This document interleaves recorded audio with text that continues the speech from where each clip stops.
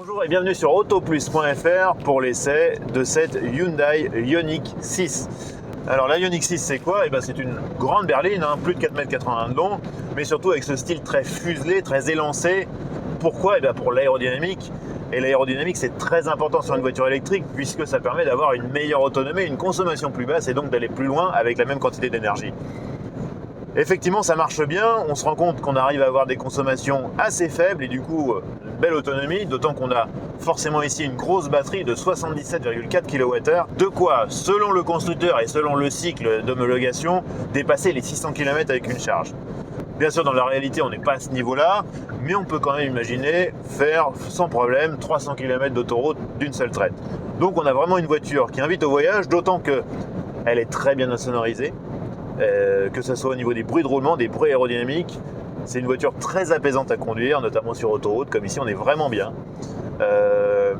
Tout n'est pas parfait quand même, je trouve la suspension assez ferme, on est pas mal secoué, et pourtant sur cette version-là on a les roues de 18 pouces, sachez qu'il y a des roues de 20 pouces en option, donc on imagine qu'avec les 20 pouces, le bilan confort devrait être encore moins bon. Et l'autre problème des 20 pouces, c'est qu'elles réduisent aussi l'autonomie puisque ça fait des plus gros pneus, donc plus de résistance au roulement, donc une plus grosse consommation et donc moins d'autonomie. Côté comportement routier, c'est une berline sage, on n'est clairement pas, il n'y a pas de prétention sportive, même si elle a un air comme ça, un petit peu de Porsche 911 quand on la regarde de 3 quarts arrière. Clairement, c'est pas une sportive, c'est une berline agréable à emmener, qui ne refuse pas le virage. Mais voilà, c'est pas le grand frisson, c'est pas une Porsche Taycan, mais voilà, c'est une bonne berline agréable pour tailler la route, d'autant qu'on a quand même un habitacle très accueillant.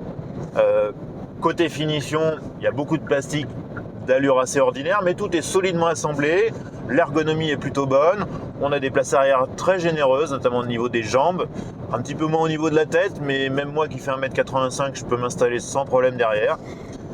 Donc voilà, je dirais au global c'est une voiture qui est attachante, qui a un style qui la différencie, ça fait plaisir aussi de voir quelque chose d'un peu différent, et puis qui consomme peu, qui est vraiment adaptée au long trajet, voilà, une voiture reposante et agréable sur bonne distance.